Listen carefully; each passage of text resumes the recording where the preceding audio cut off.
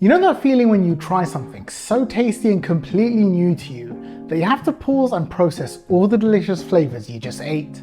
Yeah, that's about to happen a lot with these Iraqi Tikka kebabs. They're coated in a super craveable, tangy, bittersweet marinade that even to a Middle Easterner like me tastes so unique. At the same time, they're easy to make, and once you've learnt this flavorful marinade, there's no limit to how you can use it. At the heart of this marinade is Amba, a zingy umami bomb that Iraqis slather on just about everything. Think of it like their version of ketchup, but way more exciting. The flavour of this spiced mango sauce is a bit hard to pin down. It's fruity, bittersweet, and kind of mustardy all at the same time. Trust me, it's an S-tier condiment, and you'll give this a permanent spot in the fridge after your first bite. Now while store-bought Amba will do the trick for this recipe, making your own is so simple and a total game changer. Start by placing a saucepan on the stove and adding in 2 tablespoons of ground fenugreek. This spice is used a lot in Indian cuisine to add a bittersweet flavour, but it's also used as a fake maple syrup flavouring, so go figure. Add 1 tablespoon of turmeric, then follow up with 1.5 teaspoons each of mustard powder, ground coriander, and salt. Add 1 teaspoon of citric acid, then half a teaspoon each of black pepper and cayenne pepper. Those will give the Amba a well-spiced body. Then to turn it into a liquid, add 500 milliliters of water. Now for the ingredient that takes Amba to the next level, some Indian mango pickles. These chunks of sour unripe mango are aged with chilies and spices to become flavour-packed tang bombs. Careful, they'll blow your socks off.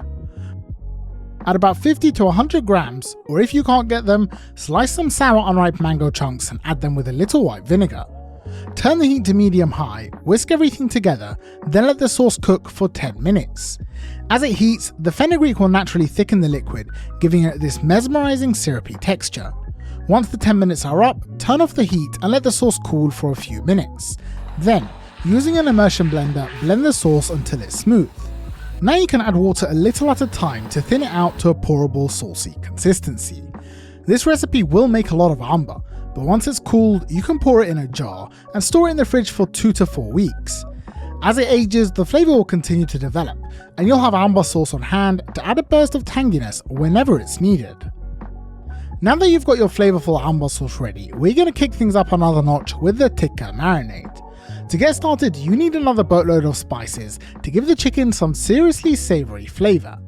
To a bowl, add 1.5 teaspoons of salt, then 1 teaspoon each of paprika, onion powder, garlic powder, sumac, and turmeric. Add in 3/4 teaspoon of white pepper, half a teaspoon of citric acid, and 1/4 teaspoon each of cayenne pepper, cinnamon, and ground ginger. As for the wet ingredients, add in 50 grams of tomato ketchup, 15 grams of tomato paste, then 30 milliliters each of olive oil, lemon juice, and the Amba you just made. On the off chance you really want to make this without Amba, this will probably taste good with American mustard instead. Stir this all together to create a fragrant, ridiculously good looking marinade.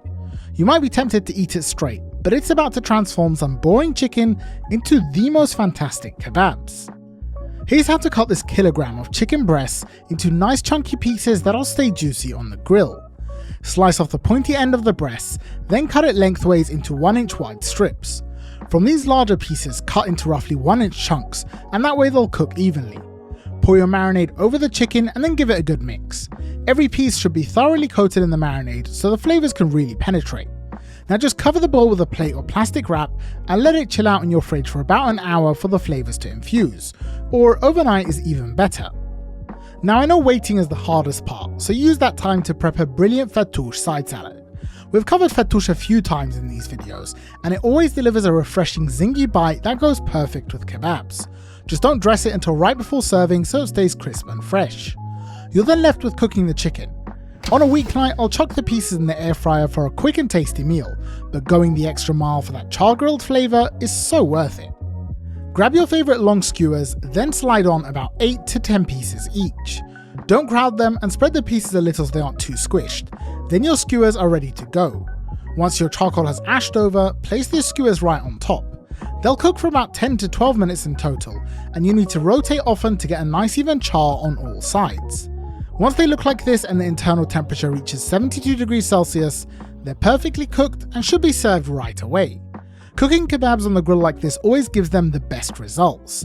The chunks are super juicy and packed with what should be an illegal amount of flavour. To serve, pile them up over some flatbread with a big side of fattoush.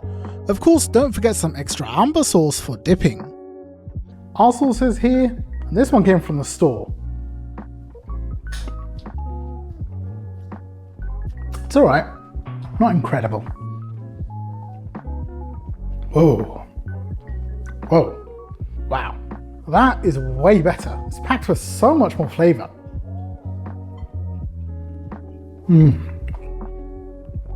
That is so good.